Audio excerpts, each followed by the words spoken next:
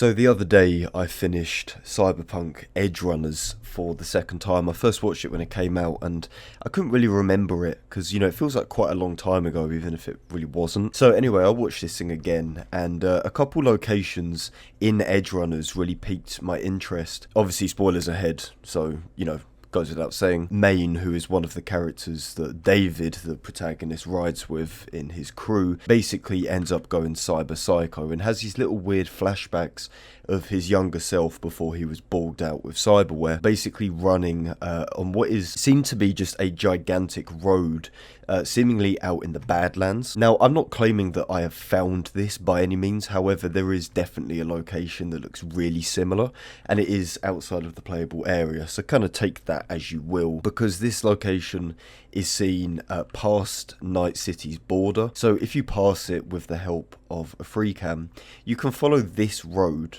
right about here all the way to the very, very end. Upon doing this, you will encounter some interesting props, and you'll also get pretty close to the Nomad starting town, but that's for another video, okay? Eventually, this road here begins to look a lot like Maine's little cyber psycho flashback. Here, you can see that the road actually does just end, which is extremely similar to how it's portrayed in the anime. As you can see on screen, he basically reaches end of the road, in a kind of like a metaphorical sense, I suppose. It is also worth mentioning that this flashback is either a memory, which I think is quite likely, or alternatively some kind of made up scenario which never actually happened. And the only reason why I say that is because from the picture you can see just how many lanes to the road there is. This is a gigantic highway, and from my time exploring Night City, particularly Out of Bounds, there is nothing that has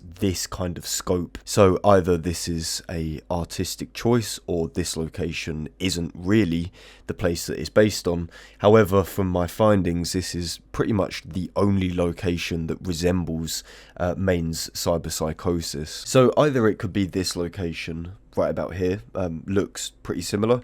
The road does indeed end, or if you were to continue a little further, then the road actually does start up again before continuing and then ending inside of this mountain. I would say that the previous location looks more akin to how it did in Edgerunners rather than this one, but in terms of 2077, in terms of the game, this is genuinely where the road ends, and this is really, really close to the edge of the map. This is where the playable, okay, it's not playable, but this is where the physical side of Cyberpunk's map just ends. So I would say that it is probably this location here. I would say this looks extremely similar to how it was portrayed in Edgerunners. Now, this location, interestingly, isn't wholeheartedly in the game because of Edgerunners. In fact, I think it's gone the other way round. I think Edgerunners took inspiration from the game because this has been here since basically day one. And it's funny how the anime